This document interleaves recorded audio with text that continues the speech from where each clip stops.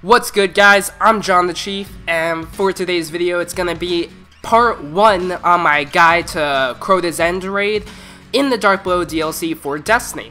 So, first part, you spawn in and you're on the surface of the moon. All you gotta do is stand on this circle where I am, and a bridge will be constructed right in front of you. You gotta wait for it to be constructed before you can actually jump off like the people in the trailer.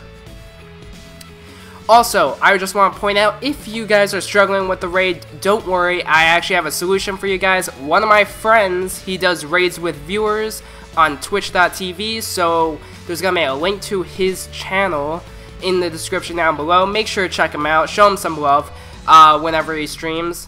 And you could actually be one of the viewers that he helps. He has done the Vault of Glass over 100 times, so he is just an expert on this, and he helped me get through this raid. So that is Paxter 1983, so just check that out, and we'll get further into the actual tutorial for how to get through the first part, which is Traverse the Abyss. So, traversing the Abyss, it is a very dark area, which you're in the very core of the moon, and basically, you can just see it's just pitch black except for these little posts, lamp posts. And what you gotta do is move as a team and get to them and lift off the Way of Darkness. While you're in darkness, you're gonna be getting slower. You're gonna be losing your ability to jump high. As soon as you get one Way of Darkness, you can't double jump. When you get to Way of Darkness 10, you can't jump at all. So it gets real, and you also get insanely slower for every Way of Darkness that is on you. So you want to get them off. The way you get them off is by being next to these lamps.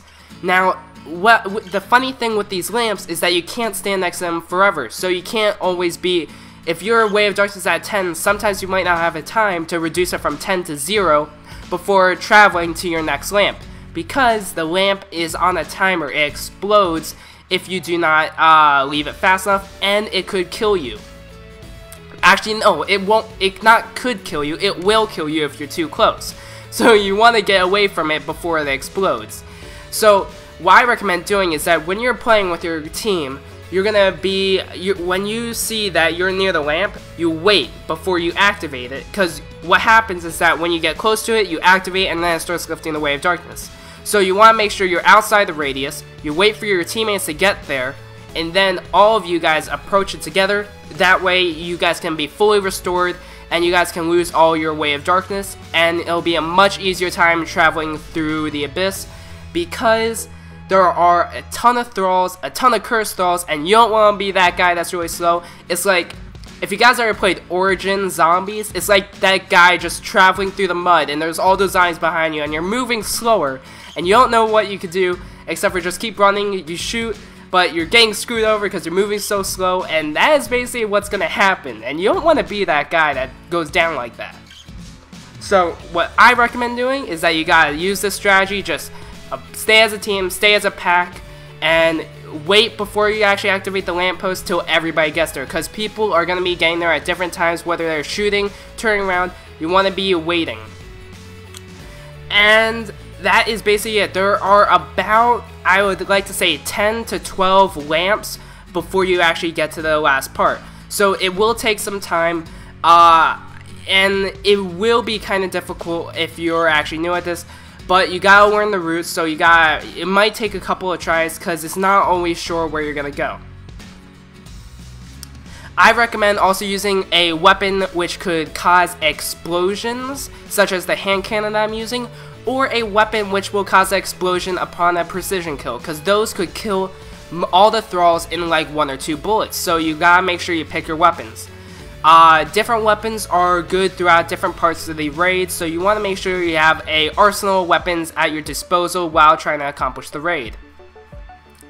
Also, while traveling through the Abyss, you want to make note of all the holes on the ground. If you fall into one of these holes, you will instantly die, so you want to make sure that you are watching out where you step, not only watching the thralls that are coming at you, and watching where you're going to the lamps, but you also gotta make sure that you're avoiding all these pits in the ground, because if you fall, it's gonna be very hard for you to get back up, if you can get back up, because you're gonna be stuck in the middle of the darkness, and it'll be really hard to lift that off. You're gonna be a sitting duck, and if anybody tries to revive you, they're gonna be a sitting duck, so you're basically out until they either have to wipe out and reset this part of the raid, or they beat it. But it can get really hard at the end if you do not have all your players, so I recommend wiping if you do get like 1 or 2 people to actually die along your path. So it does get a little bit hard to climb. Make sure you're really careful about these holes though. My first couple of tries trying to run through this, I fell into the holes quite a few times, because they do actually put in strategic spots where you want to go, where you would least expect it, like right behind rocks where you would normally just jump over the rock in order to get out of your way, but it would just be a trap and boom, you're into a hole. So you gotta be very wary of this. Alright, also you always gotta be looking for the lamps. If you are the slow comer, you're gonna be a little bit behind and it can be really hard to catch up to your friends. If you want to be all really close to each other, and there is a lot of communication that's needed. When you get to this part, you're going to be at the final area. You're going to have to stand on this circle, like the bridge at the very beginning when you're not fighting any enemies. You have to build another bridge. What I recommend is that you have the guy with the weakest guns, which in this case it's me. So I would sit in the back and I'll be the anchor. So you're going to see exactly where I have to go. I'm going to be sitting in the very back. And my job is basically, if shit goes south, I run. Because that bridge is going to form and only one person needs to make it to the white light in the very back. And if you can have your whole entire team down, just you gotta make sure that one guy is there and he has to make sure he's ready to run if he has to. So the people with the best guns should be the ones fighting most of the guys. I'm the anchor. I'm just sitting back so you could actually see what I have to do. Most of my friends are going to be killing, and I'm just waiting for that bridge to be ready, because no enemies spawn really that much up there. If there are any, you can easily just run past it, because as soon as that bridge is formed, your whole entire way of darkness is lifted, and it just makes it a really easy time to just run past everything with no problem. So we're getting near the end, and you can see people are starting to die. It gets really hectic for everybody. I start panicking a little bit. Luckily, Tech, he actually pops down the barrier of light, and that actually gives me enough time to actually run. And the bridge is formed, so I'm actually able to sprint past everything. And you could see, as soon as the bridge got formed, Weight of Darkness was lifted, and it actually made it my job easier to just run past everything. This is no problem. It's not a maze at all. It might look a little bit weird that you have to run past, but you can just walk past everything, and you'll have no problem at all. You don't turn around, by the way, if you're the anchor and you're in the same position I am. Everybody was screaming at me saying that I had at least 10 to 20 thralls right on my ass, so just don't turn around. It's like when you're on top of a high building and everybody's saying don't look down, so just don't do that. Anyways, that is part 1 of the raid. Make sure to subscribe, leave a like, and if you're interested in part 2, subscribe because I'll be posting it tomorrow.